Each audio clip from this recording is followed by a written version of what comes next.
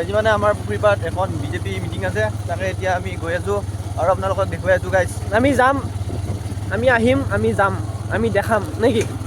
আপোনালোকে হয়তো পতাকাকেইখন চাই গম পাইছে কিহৰ মিটিং আছে, আৰু আজি আমাৰ গাঁৱতে মিটিং হৈছে গাইছ। কি হৈ আছে? এটা বিজেপি মিটিং হৈ আছে ভাই। বিজেপি জিকবো নে? এই জিকবো।